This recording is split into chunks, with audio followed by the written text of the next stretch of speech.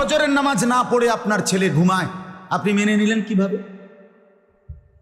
আপনার মেয়ে 14 বছরের যুবতী সুন্দরী মেয়েটা এতটা টাইট কাপড় পরে, 8-7 কাপড় পরে, এতগুলো পাউডার সুনু ফেয়ার এন্ড লাভলি লাগাইয়া এ বুড়ি বাইরে যায়, আমনে মা তাকাইয়া রইছেন, আমনে যে মাতেন না যে জি কারে দেখাইতে যাও? হ্যাঁ, তোমারে যারা দেখবে দুই রাস্তার দুই পাশে, তারা মুত্তা ফানি লয়নি জিঙ্গাও গিয়া